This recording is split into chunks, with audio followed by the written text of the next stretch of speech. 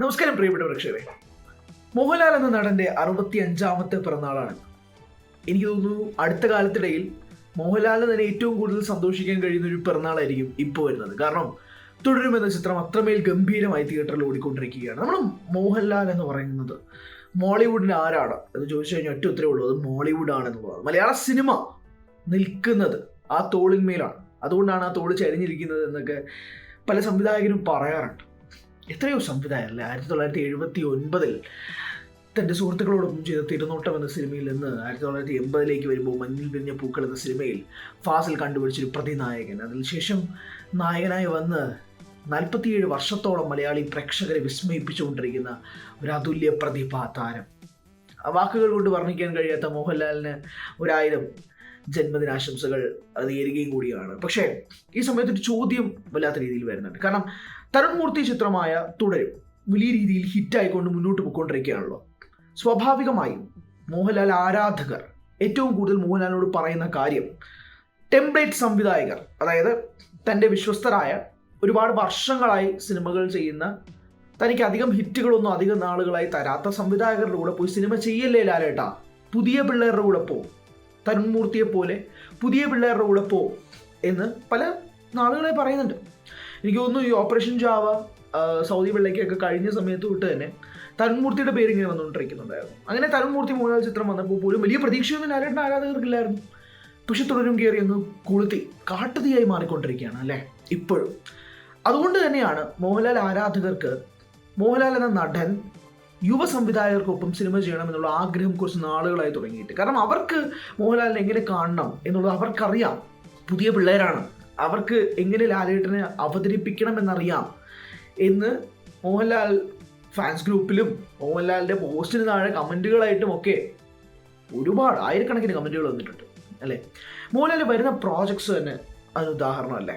ഒന്ന് നോക്കിക്കേ, ഇപ്പം തന്നെ നിർമ്മാതാവായ മണിയമ്പിള്ള രാജു, നടനുമായ മണിയമ്പിള്ള രാജു പറയുന്നത് തൻ്റെ അടുത്ത നിർമ്മാണ പ്രൊഡക്ഷൻ വെഞ്ചർ എന്ന് പറയുന്നത് കൃഷാന്ത് സംവിധാനം ചെയ്യുന്ന ചിത്രത്തിൽ മോഹൻലാൽ നായകനായി എത്തുന്നു എന്നുള്ളതാണ്. അതായത് കൃഷാന്തിനെ പോലെ ഒരു യുവ സംവിധായകൻ, പുരുഷപ്രേതവും ആവാസ വ്യൂഹവും ഒക്കെ ചെയ്ത കൃഷാന്ത് ഇതൊരു മികച്ച സംവിധായകനാണ്. ആ 2 സിനിമകളിൽ തന്നെ അദ്ദേഹത്തിൻ്റെ കലാസൃഷ്ടി അതിഗംഭീരമായി തന്നെ പ്രേക്ഷകർക്ക് അറിയാവുന്നതാണ്. ആ സംവിധായകൻ്റെ കൂടെ മോഹൻലാൽ വർക്ക് ചെയ്യുന്നു. കഴിഞ്ഞ ദിവസം ജിതിൻ ലാൽ ഇട്ടൊരു പോസ്റ്റിൽ മോഹൻലാലിനോട് സംസാരിച്ചിരുന്നതായി പറഞ്ഞു. ചിലപ്പോൾ ഒരു പ്രോജക്റ്റ് ഓൺ ആവാനുള്ളൊരു സാധ്യതയുണ്ട് എന്ന് പറയുകയും ചെയ്തിരുന്നു. ജിതിൻ ലാലിൻ്റെ ആ ലാല് പോലും അദ്ദേഹത്തിൻ്റെ പേരിൽ വന്നത് താനൊരു കടുത്ത മോഹൻലാൽ ആരാധകനായതുകൊണ്ട് താനൊരു 5 വയസ്സ് കഴിഞ്ഞിട്ട് സ്കൂളിൽ ചെയ്യാൻ പോയപ്പോഴേക്കും ജിതിൻ ലാൽ നിട്ട് കാണുന്ന ആ സംവിധായകൻ പറയുന്നുണ്ട്. അതിൽ തന്നെ മോഹൻലാൽ ആരാധകൻ തൻ്റെ ഉള്ളിൽ എത്രമാത്രം ഉണ്ടെന്ന് ആ സംവിധായകൻ തെളിയിച്ചു കഴിഞ്ഞാണ്. അതിനുശേഷം അൻവർ റഷീദുമായിട്ടൊരു ചിത്രത്തിന് വേണ്ടി ഒരു സാധ്യത കാണുന്നുണ്ട്. ഇന്ന് മെയ് 21, ഇന്ന് ചോട്ടാ മുംബൈയുടെ റിലീസ് ചെയ്യേണ്ട ദിവസമായിരുന്നു. പക്ഷെ എന്തോ കാരണങ്ങളാൽ അത് മാറ്റിവെക്കപ്പെട്ടു. ആ ചോട്ടാ മുംബൈയുടെ സംവിധായകനായ അൻവർ റഷീദെ മലയാളത്തിൽ അല്ലെങ്കിൽ മോഹൻലാലിൻ്റെ തന്നെ ഏറ്റവും ബെസ്റ്റ് എൻ്റർടൈനർ ഫിലിം, ഒരു റിപ്പീറ്റ് വാല്യൂ എൻ്റർടൈനർ സിനിമ എന്ന് പറയാൻ പറ്റുന്ന ഒരു സിനിമ തന്നെയാണ് ചോട്ടാ മുംബൈ. ആ ചോട്ടാ മുംബൈയുടെ സംവിധായകനായ അൻവർ റഷീദിനൊപ്പം മോഹൻലാൽ വീണ്ടും കൈകോർക്കുന്നു. വീക്കെൻഡ് ബ്ലോക്ക് ബസ്റ്റേഴ്സുമായിട്ടുള്ളൊരു സാധ്യത വീക്കെൻഡ് ബ്ലോക്ക് ബസ്റ്റേഴ്സിൻ്റെ നിർമ്മാതാവായ സോഫിയ പോൾ പറയുകയും ചെയ്തു. അങ്ങനെ മോഹൻലാലിൻ്റെ മുന്നിലുള്ളത് കുറച്ച് യുവ സംവിധായകർ, അല്ലെങ്കിൽ മോഹൻലാലിനെ എങ്ങനെ കാണണമെന്ന് ആഗ്രഹിക്കുന്ന സംവിധായകരുടെ കൂടെയുള്ള സിനിമകളാണ്. തുടരും വന്നതിന് ശേഷം സ്വാഭാവികമായും ആ ഒരു ഹൈപ്പ് വല്ലാതെ കയറിപ്പോയിട്ടുണ്ട് എന്നുള്ളത് നിസ്സംശയം പറയാൻ സാധിക്കും.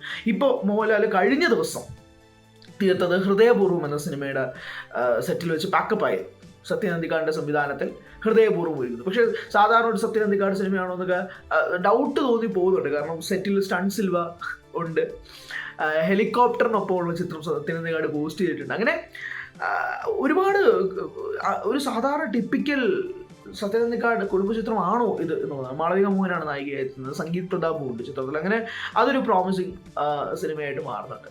മോഹൻലാലിൻ്റെ നമ്മളെപ്പോഴും എങ്ങനെയല്ലേ മനുഷ്യനെ കാണാൻ ആഗ്രഹിക്കുന്നത്. നമ്മൾ ഈ രീതിയിൽ വലിയ സന്തോഷത്തോടു കൂടി തന്നെ ഒരു മോഹൻലാൽ ചിത്രം കണ്ടിറങ്ങിയിട്ട് നാളുകളായി എന്ന് പറഞ്ഞിട്ടാണ് പലരും തുടരുമെന്ന സിനിമയ്ക്ക് വേണ്ടി പോകുന്നത്. നമ്മൾ പല വീഡിയോകളിലൊക്കെ കണ്ട് ഈ സ്ലീപ്പർ സെൽ എന്ന് വിളിക്കപ്പെടുന്ന മോഹൻലാൽ ആരാധകരൊക്കെ തിയേറ്ററിലേക്ക് ഒഴുകിയെത്തുന്ന കാഴ്ച. എത്രയോ വർഷങ്ങൾ കഴിഞ്ഞാൽ പോലും ആ നടനെ ഒരു 10 സിനിമ അടുപ്പിച്ച് പരാജയപ്പെടുത്തി ഒരു സിനിമ ഒന്ന് ഹിറ്റായി കഴിഞ്ഞാൽ ഇങ്ങനെ ഇരിക്കും കാര്യം. കാരണം അങ്ങനെ കൈവിടില്ല മലയാളി പ്രേക്ഷകർ. അത്രമാത്രം മലയാളി പ്രേക്ഷകരുടെ ഏതെങ്കിലും ഒരു ദിവസം പോലും മോഹൻലാലിൻ്റെ എന്ന നടൻ്റെ ഒരു സിനിമ കാണാതെയോ ഒരു പാട്ട് കേൾക്കാതെയോ പാട്ട് മൂളാതെയോ ഒന്നും പോയിട്ടില്ലല്ലോ. അങ്ങനെ ഒരു ദിവസം ഒരു മലയാളിക്കും ഉണ്ടായിട്ടില്ല. അത് ഉണ്ടാവാനും പോകുന്നില്ല. അപ്പോൾ അങ്ങനൊരു നടന വൈഭവത്തിന്, നടന വിസ്മയത്തിന്, കംപ്ലീറ്റ് ആക്ടർക്ക് 100,000 ജന്മദിനങ്ങൾ ഇനിയും കൊണ്ടാടാൻ കഴിയട്ടെ എന്നുള്ള ഒരു ആശംസയും സോഷ്യൽ മീഡിയയിൽ ഒട്ടാകെ തന്നെ പരക്കുമ്പോൾ ഒരു ചോദ്യം, L3 അതുണ്ടാകുമോ എന്നുള്ളതാണ്. കാരണം ഇത്രയും ലൈനപ്പുകളെ പറ്റി നമ്മൾ സംസാരിക്കുമ്പോൾ പോലും L3 എന്ന് പറയുന്ന ഒരു സിനിമ ഇനി ഉണ്ടാകുമോ അതാണ് ചോദ്യം. കാരണം L2 പോലൊരു സിനിമ മോഹൻലാലിൻ്റെ സിനിമ കരിയറിൽ തന്നെ ഒരു ഒരു ബ്ലാക്ക് മാർക്ക് വീണ സിനിമയാണ്. ഞാൻ പറയുന്നത് അതിൻ്റെ ടെക്നിക്കൽ ക്വാളിറ്റി കൊണ്ട് ഒന്നുമല്ല. ആ നടന് സിനിമ റിലീസായി കഴിഞ്ഞ് 4 പാട് നിന്ന് വിമർശനം വന്ന സമയത്ത് മോഹൻലാൽ എന്ന നടന് ഖേദം പ്രകടിപ്പിക്കേണ്ടി വന്ന ചുരുക്കം സിനിമ, എനിക്ക് വേറൊരു സിനിമേൻ്റെ ഓർമ്മ കിട്ടുന്നില്ല. മോഹൻലാൽ എന്ന നടൻ ഖേദം പ്രകടിപ്പിച്ചുകൊണ്ട് രംഗത്തെത്തിയ സിനിമയും കൂടിയാണ് L2 എന്ന് പറയുന്നത്, L2 എമ്പുരാൻ. ആ സിനിമ വന്നതിന് ശേഷം സ്വാഭാവികമായിട്ടും ആ സിനിമയ്ക്ക് എതിരെ രാഷ്ട്രീയമായിട്ടുള്ള സംസാരങ്ങൾ, ചർച്ചകളൊക്കെ തന്നെ ഉണ്ടെങ്കിൽ പോലും അതൊക്കെ ഒരു വശത്ത് മാറ്റി നിർത്തിയാൽ പോലും L3 ഉണ്ടാകുമെന്നൊരു ചോദ്യം സ്വാഭാവികമായും ഉയരുന്നതാണ്. പലർക്കും L3യിലേക്ക് പോകാൻ താല്പര്യമില്ല. OTTയിലും തിയേറ്ററിലും കണ്ടവർക്ക് സമ്മിശ്ര അഭിപ്രായങ്ങളാണ് L2-ലുള്ളത്. അത് നമ്മൾ അംഗീകരിച്ചേ പറ്റുള്ളൂ. L2 എന്ന സിനിമയ്ക്ക് ഇത്രയധികം ബുക്കിങ്ങുകൾ ഉണ്ടായത് ആദ്യത്തെ 2 ദിവസം 3 ദിവസം തന്നെയാണ്. അതിനകത്ത് യാതൊരുവിധ സംശയവുമില്ല. കാരണം പ്രീ ബുക്കിംഗ് ഒക്കെ ആയിട്ട് ലൂസിഫറിൻ്റെ 2ാം ഭാഗമാണ് എന്നുള്ള പേരിൽ സ്വാഭാവികമായും പ്രീ ബുക്കിംഗ് അത്രമേൽ വന്നു. അപ്പോൾ ആ ഒരു ഷിഫ്റ്റിലാണ് ഈ സിനിമ വന്നത് എന്നുള്ള കാര്യത്തിൽ യാതൊരു തർക്കവുമില്ല.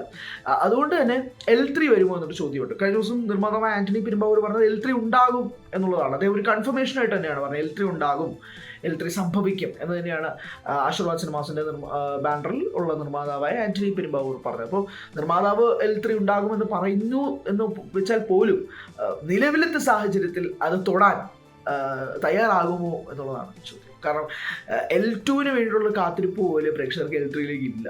അത് വാസ്തവമാണ്. മൂല ആരാധകരോട് ക്ഷമിക്കുക. കാരണം ലൂസിഫർ കഴിഞ്ഞ് L2 എന്ന് പറഞ്ഞ് നിന്നതുപോലെ L2 കഴിഞ്ഞ് L3ക്ക് വേണ്ടിയിട്ട് കാത്തിരിക്കുന്നില്ല. പല മോഹൻലാൽ ആരാധകർ പോലും അത് കാത്തിരിക്കുന്നില്ല. അത് വാസ്തവമാണ്. അവിടെയാണ് L3 ഉണ്ടാകുമോ എന്നുള്ള ചോദ്യത്തിന് വളരെയധികം പ്രസക്തി ഏറുന്നത്. എന്തായാലും അതൊരു ഭാഗത്ത് നിന്ന് ഉയരുമ്പോൾ പോലും യുവ സംവിധായകരൊപ്പം, അല്ലെങ്കിൽ സത്യനന്ദിക്കാട് പോലെ അല്ലെങ്കിൽ പ്രിയദർശൻ പോലുള്ള സംവിധായകരൊക്കെ തന്നെ മോഹൻലാൽ വെച്ച് ഇനിയും സിനിമകൾ ചെയ്യും, ഇതുണ്ടാകും. പക്ഷേ സൗഹൃദത്തിന് പുറത്ത് സ്ക്രിപ്റ്റ് കേൾക്കാതെ ലാലേട്ടൻ സിനിമ ചെയ്യരുത് എന്നുള്ള പല ആരാധകരും മുന്നോട്ട് വയ്ക്കുന്ന ആശങ്ക പോലെ തന്നെ സാധാരണ കുടുംബ പ്രേക്ഷകരും വയ്ക്കുന്നുണ്ട്. അവർക്കാർക്കും സോഷ്യൽ മീഡിയയിൽ അക്കൗണ്ട് ഇല്ലെന്നേ ഉള്ളൂ. അവർക്ക് ഉള്ളിൽ പറയാനുള്ള കാര്യങ്ങളും ഇതൊക്കെ തന്നെയാണ്. സോ ഹാപ്പി ബർത്ത്ഡേ ലാലേട്ടൻ. 65ാമത്തെ പിറന്നാളാണ്. അപ്പോൾ ആ മനുഷ്യനിൽ നിന്നും ഒരുപാട് വിസ്മയങ്ങൾ നമുക്ക് ആലോചിക്കുക. തുടരുമ്പോൾ ആ ഒരു ഷോട്ട്, ആ ജനലിന് മുകളിൽ കൂടെ ചാടുന്ന ഷോട്ട് 64ാമത്തെ വയസ്സിലാണ് അത് ചെയ്യുന്നതെന്ന് ആലോചിച്ച് നോക്കണം. ആ മനുഷ്യനിൽ ഇനിയും ആ ഫയറുണ്ട്. ആ ഫയർ കാണാൻ വേണ്ടിയിട്ടുള്ള എല്ലാ പ്രേക്ഷകരും, സ്ലീപ്പർ സെല്ലായിക്കോട്ടെ, ആരായിക്കോട്ടെ, എന്ത് വൈകായികയിലും പോയി തിയേറ്ററിൽ പോകുന്ന ആ ഒരു ഫാൻ ബേസ്, അത്രയും ഫാൻ ബേസ് മലയാള സിനിമയിൽ നിലവിൽ ആർക്കുമില്ല എന്നുള്ളത് വാസ്തവമാണ്. ആ ഒരു തോട് ചെരിഞ്ഞ പ്രതിഭയ്ക്കൊപ്പം തന്നെ മലയാള പ്രേക്ഷകർ എപ്പോഴും കൂടെ ഉണ്ടാകും എന്നുള്ളതിൻ്റെ ഏറ്റവും വലിയ ഉദാഹരണം തന്നെയാണ് ഇപ്പോൾ തിയേറ്ററിൽ നിറഞ്ഞ സദസ്സിൽ തുടരും ഓടിക്കൊണ്ടിരിക്കുന്നത്. ആലോചിച്ച് നോക്കണം, സിനിമ റിലീസായിട്ട് 30ാമത്തെ ദിവസത്തിലേക്ക് അടുക്കാൻ പോവുകയാണ്. എന്നിട്ടാണ് ഇത്രയും തിരക്ക്. So that's it. ഇപ്പോൾ ഹാപ്പി ബർത്ത്ഡേ മോഹൻലാൽ എന്നുള്ളത് വീണ്ടും സമൂഹ മാധ്യമങ്ങളിലൊട്ടാകെ തന്നെ ട്രെൻഡിങ് ആയിട്ട് മാറിക്കൊണ്ടിരിക്കുകയാണ്. മോഹൻലാൽ എന്ന നടൻ്റെ പിറന്നാൾ ആയതുകൊണ്ട് തന്നെ ഇന്നത്തെ ദിവസത്തിൽ കുറച്ചധികം അനൗൺസ്മെൻറ്റ്സ് വരാൻ സാധ്യതയുണ്ടാകാം. അതിൽ പ്രേക്ഷകരെ സർപ്രൈസ് ചെയ്യിക്കുന്ന, ഞെട്ടിക്കുന്ന അനൗൺസ്മെൻറ്റ്സ് ഏതൊക്കെയാണെന്നുള്ളത് കാത്തിരുന്ന് കാണാം.